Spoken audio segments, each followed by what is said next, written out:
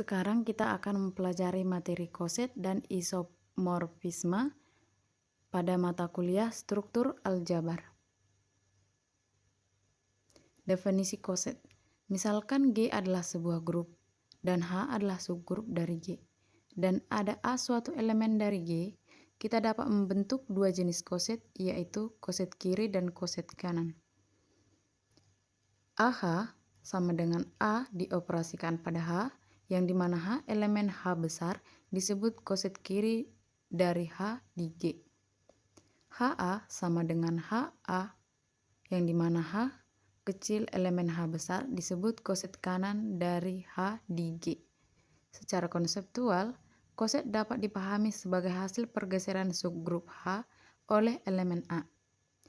Koset bukanlah subgrup baru, tetapi salinan dari subgrup H yang posisinya berpindah di dalam grup G. Grup abelian dan tidak abelian. Suatu grup disebut abelian jika operasi grupnya bersifat komutatif. Artinya, untuk setiap A dan B di dalam grup berlaku AB sama dengan BA. Pada grup abelian, koset kiri dan koset kanan selalu sama, yaitu HA sama dengan AH. Sebaliknya, grup disebut tidak abelian jika terdapat setidaknya satu pasangan elemen A dan B sehingga AB tidak sama dengan BA. Pada grup tidak abelian, koset kiri dan koset kanan bisa berbeda. Inilah alasan mengapa dalam teori koset selalu dibedakan antara koset kiri dan koset kanan. Sifat-sifat koset. Yang pertama, dua koset kiri AH dan BH akan sama jika dan hanya jika A inverse B elemen H. Artinya, dua koset tidak pernah beririsan sebagian. Mereka selalu sama persis atau tidak beririsan sama sekali. Himpunan semua koset kiri dari H membentuk partisi dari grup G. Setiap elemen G berada tepat pada satu koset. Yang ketiga, setiap koset memiliki jumlah elemen yang sama dengan subgrup H. Hal ini menunjukkan bahwa semua koset adalah salinan struktural dari H. Contoh soal, koset pada grup hingga dengan operasi modulo. Diberikan grup G pada operasi penjumlahan modulo 12 dan subgrup H 048. Pertanyaan yang pertama, tunjukkan bahwa H adalah subgrup dari G. Yang kedua, tentukan semua koset kiri dari H di G. Yang ketiga, tentukan indeks G dibagi H. Untuk menyelesaikan pertanyaan yang pertama, kita verifikasi subgrup 0 elemen H. Jika A, B elemen H, maka A dikurang B elemen H. Semua elemen tertutup terhadap operasi modulo 12, maka H adalah subgrup dari G. Yang kedua, menentukan koset kiri.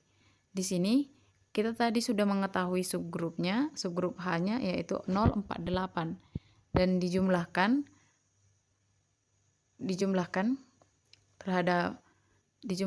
dengan operasi penjumlahan modulo 12, operasi penjumlahan, sehingga kita mulai dari 0 ditambah subgrupnya yaitu 048, hasilnya tetap adalah H. Yang kedua, 1 ditambah H, 1 ditambah 0, 1 ditambah 4, 1 ditambah 8, hasilnya 159. Yang ketiga, 2 ditambah 0, 2 ditambah 4, 2 ditambah 8, hasilnya 2, 6, 10. Yang keempat, 3 ditambah 0, 4, 8, hasilnya 3, 7, 11. Yang kelima, 4 ditambah 0, 4, 8, yaitu yang dimana 048 anggota dari subgrupnya tadi. Nah, kita dapat di sini hasilnya 480. Kenapa di sini 0? Karena ini modulo 12. Maka jika kita lihat 4 ditambah 0 adalah 4, 4 ditambah 4, 8, 4 ditambah 8 sama dengan 12, yang dimana kita tuliskan jadi 0 karena ini modulo 12. Nah, kita lihat di sini 480 adalah H atau subgrupnya. Ini mengulang koset sebelumnya yang paling atas. Yang ini teman-teman. Jadi di sini udah mengulang koset sebelumnya. Jadi bisa kita tuliskan ada 4 koset yang berbeda, yaitu 048, 159, 2610, dan yang terakhir 3711. Yang ketiga, mencari indeks subgrupnya, yang dimana G dibagi H. G-nya kita dapat 12, dibagi 3 sama dengan 4.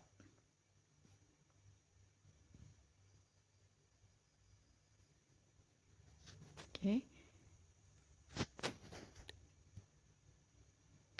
Subgrup normal dan grup faktor.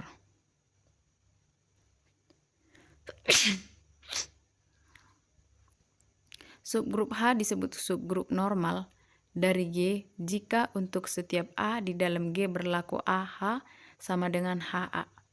Subgrup normal sangat penting karena hanya subgrup normal yang dapat digunakan untuk membentuk grup faktor. Jika H adalah subgrup normal dari G, maka himpunan semua koset GH dapat diberi operasi dan membentuk grup baru yang disebut grup faktor. Kita lanjut materi isomorfisme. Isomorfisme adalah homomorfisme yang bersifat injektif dan surjektif. Jika terdapat isomorfisme antara dua grup G dan G aksen, maka kedua grup tersebut dikatakan isomorfik. Dapat ditulis dengan G isomorfik G aksen. Nah, jadi isomorfisme menyatakan bahwa dua grup memiliki struktur aljabar yang sama meskipun elemen-elemennya berbeda. Definisi isomorfisme. Homomorfisme Phi, di mana G dipetakan G aksen ke G aksen, dikatakan isomorfisme jika pemetaan Phi bersifat bijektif.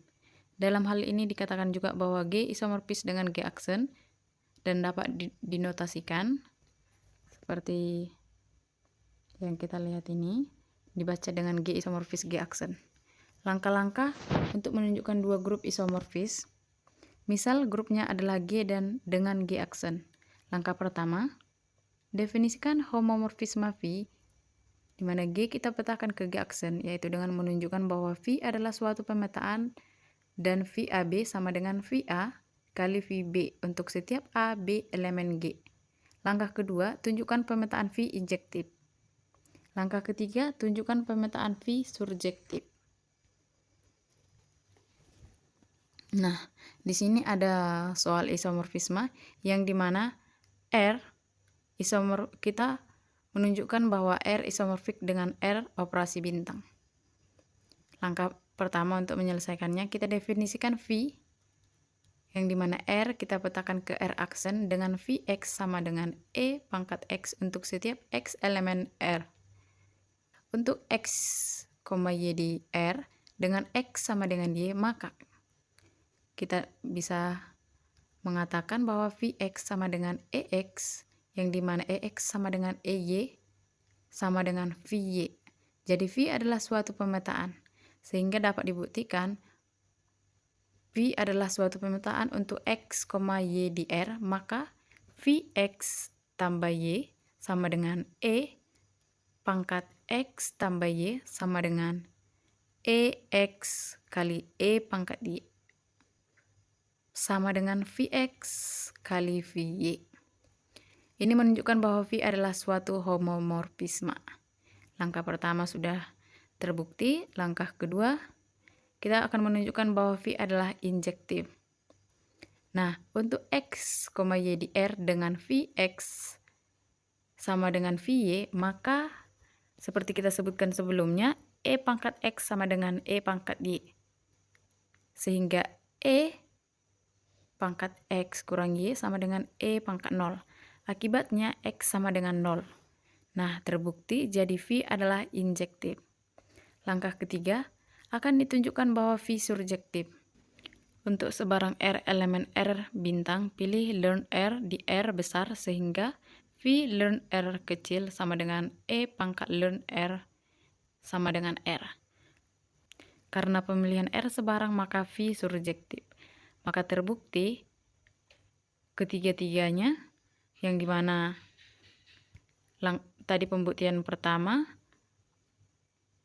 dengan menunjukkan bahwa V adalah suatu pemetaan dan VAB sama dengan VA dikali VB. Yang kedua menunjukkan bahwa V adalah injektif, yang ketiga adalah V surjektif, dan ketiga-tiganya terbukti sehingga dapat disimpulkan bahwa V adalah suatu isomorfisme. Maka R isomorfik R operasi bintang. Hubungan koset dengan isomorfisme. Teorema isomorfisme dasar menyatakan bahwa grup faktor dari G oleh kernel suatu homomorfisme isomorfik dengan citra homomorfisme tersebut. Pernyataan ini menunjukkan hubungan yang sangat erat antara koset dan isomorfisme. Oke.